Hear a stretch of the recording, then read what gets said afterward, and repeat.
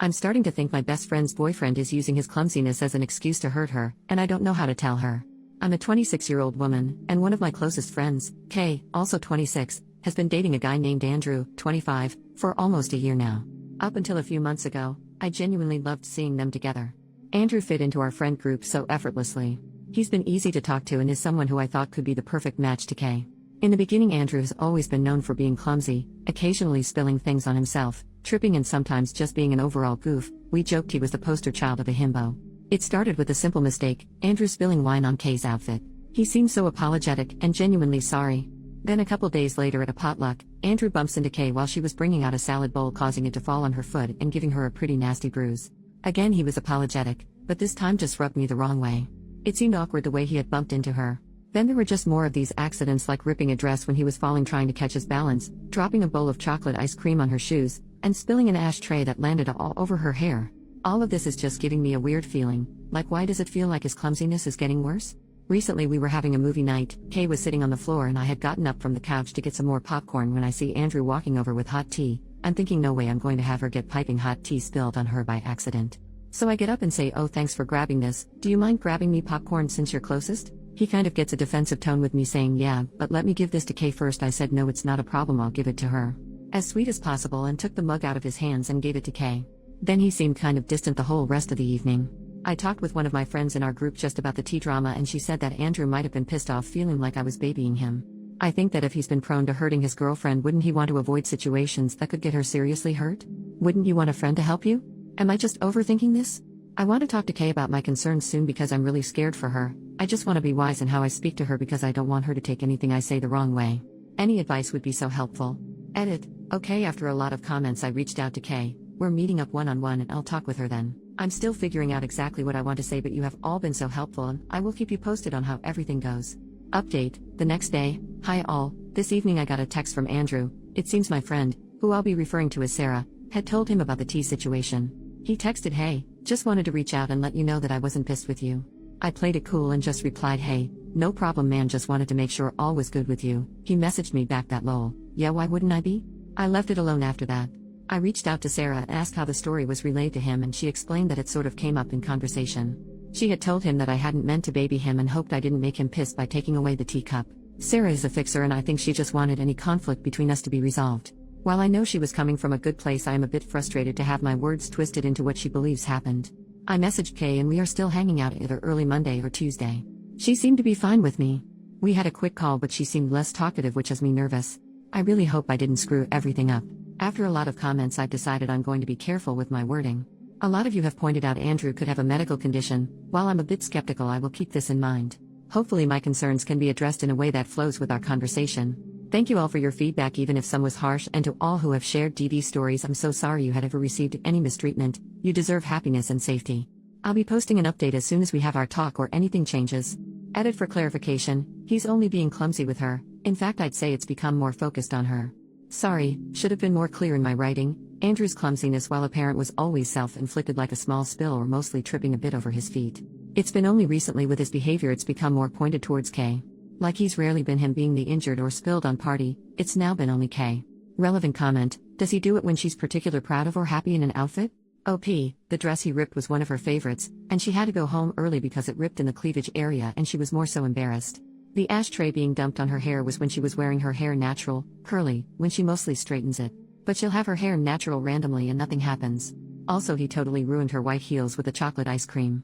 OP realizes something a few comments later. That's something I've been thinking about, and writing it all down I just realized, all the accidents have to do with her looks. Spilling on her outfits, bumping into her when she's wearing a dress, chocolate ice cream on her shoes, those were white heels.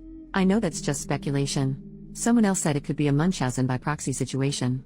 Overall just solidifies that I just need to talk to her, which I am this week. Also, her reaction to these accidents is always quick to try to move on. She is somewhat introverted and doesn't like attention, so she's just quick to say she's fine and move on from it. She'll tell Andrew that she forgives him and just to be careful. Commenter, this seems sinister because it seems like he's trying to see what he can get away with. OP, that's what has been hard. I felt like I've been the only friend to notice. Like no one else seems to want to believe that Andrew's doing this on purpose because we've known him to be this clumsy guy. I mean, who wants to believe someone's doing this on purpose? Commenter, does this happen in front of others or also with just the two of them? From what I understand, he's always had these accidents in front of friends, not when it's the two of them. And whenever it happens, he gets really apologetic and he's never laughed about it. But it just feels so weird, like he's being so over the top, like he once said, "I would hate myself if I seriously hurt you." I don't know, that just came off so odd to me for his usual character, who is typically a silly guy. Update: 3 days later. Hi all, sorry for the delay, a lot has gone on. So I talked to Kay this morning. I started off the conversation normal, when Kay says, "Hey, why were you concerned about Andrew bringing me tea?" I just say I had noticed he'd been more clumsy lately and I wanted to avoid either of you of getting hurt. She was quiet for a bit, then asks me, "Do you think it's odd how he's been acting?" Considering all your advice, I respond with, "I care about you and want you to be safe. I don't want to hurt you or Andrew, but I feel like most of the accidents have come at your expense. I don't want it to get to a point where you have a worse injury." This is when Kay burst out crying like I have never seen. After composing herself enough to talk, she says she's been so suspicious of how these accidents have been centered around her and how validating it was to have someone feel the same way. It's been causing her a lot of anxiety, and she felt so relieved when I took the teacup away from him. She has tried to suggest to Andrew that he should go to a doctor, but he just says he's perfectly fine. Kay is not confrontational, so she just drops it. She said how recently Sarah, Andrew and her were all hanging out together. Sarah told Andrew I was so upset about how he was hesitant to hand me the teacup, a completely different story from what Sarah told me. I have been more open with my emotions in my post due to my anonymity, but in person I was very casual about the situation. I said something along the lines of, "Hey, did you think I upset Andrew by taking the tea when I asked him to get me popcorn? I hope I didn't come off rude." Then Kay told me something really disturbing, how during this conversation Andrew and Sarah started joking about Kay being a battered wife. How ridiculous the idea would be if Andrew was really abusing her, and some really dark jokes. This had Kay feeling like she was crazy to think that these accidents might be on purpose. Also, they had said some things about me that made her so upset she couldn't even tell me. Kay said she's felt trapped, living with him, and how he's intertwined in our group. She felt like she needed to wait to have proof he was faking it to make it worth a bunch of drama. I feel horrible that she's felt so alone in this. I was pretty blunt and just asked, "Do you still love him?"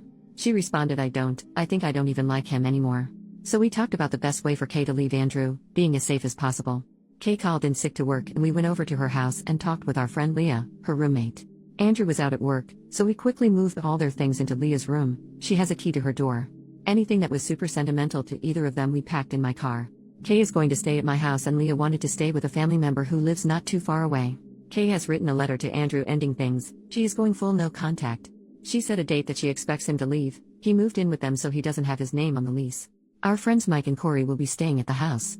This is to ensure nothing will be damaged due to an accident, also to let Kay and Leah know when it's safe to come back. Thank you all so much for your advice. Tomorrow I plan to go on a little shopping spree with Kay, doing everything I can to alleviate her anxiety. So far we know Andrew has seen the note and is packing to leave. So far so good. If anything happens I'll be sure to update you all.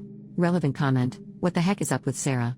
OP, this is what is so odd to me. I said Sarah was a fixer because she has always been the mom friend wanting everyone to be safe and happy. I've never noticed anything between them, just normal banter we all have with one another. I just don't know why she's going to bat for him so hard. We had a call where she was very mean, to put it mildly. She was very angry at me, like I was the one who caused all this, as well as some very personal attacks.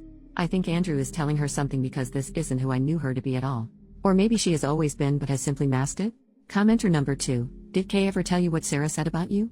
OP, I told Kay vaguely about what Sarah said on the phone call and asked if it was similar and she confirmed. Being vague as possible, it has to do with my family's issues with addiction and situations happening due to that. I had told our friends in confidence, knowing she's used it to weaponize it against me, and has told Andrew has my skin crawl. Commenter, what was your other friends' reactions to Kay and Sarah?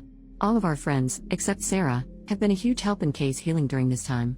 It's been amazing to be a part of and witness. We've all since blocked her. Her comments towards Kay and me have not been tolerated by our group.